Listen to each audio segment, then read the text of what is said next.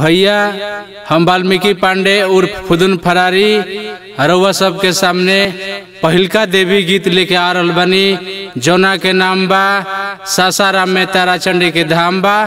प्यार दुलार आशीर्वाद वैसे ही बनल रहे के चाहिए भैया। जय माता जी।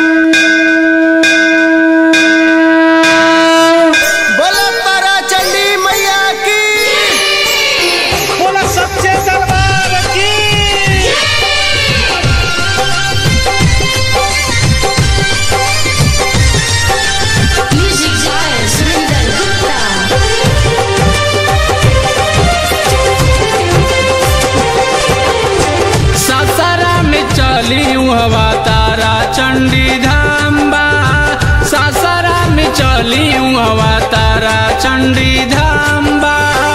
मनोकामना पूरा होई, मनोकामना पूरा होई, बड़ी उनका नाम बा। सासाराम में चली हवा तारा चंडी धाम बा, सासाराम में चली हवा तारा चंडी धाम बा।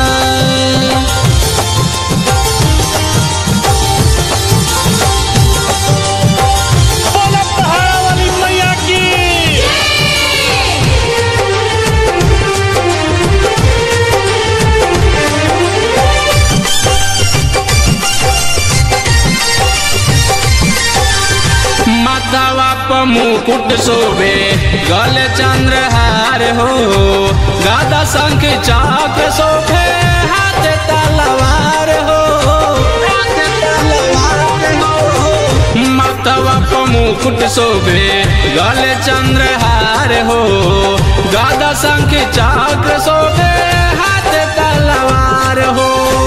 फुर्सत में बानी चाली, फुर्सत में बानी चाली, नहीं कोनो काम बा।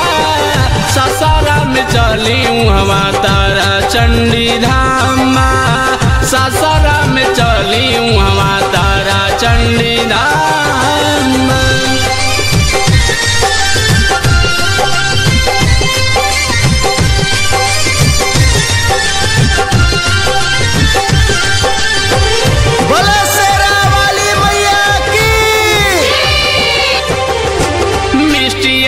मम्मी जाली सिंपली के अंटी, लौकुश के मौसी देखी बजावेली घंटी,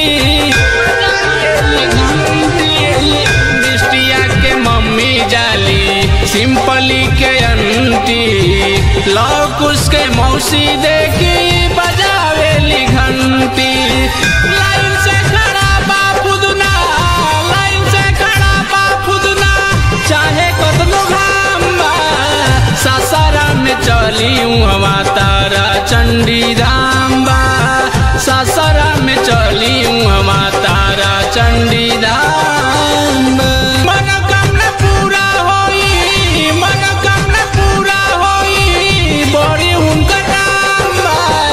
सासाराम में चली हवा तारा चंडी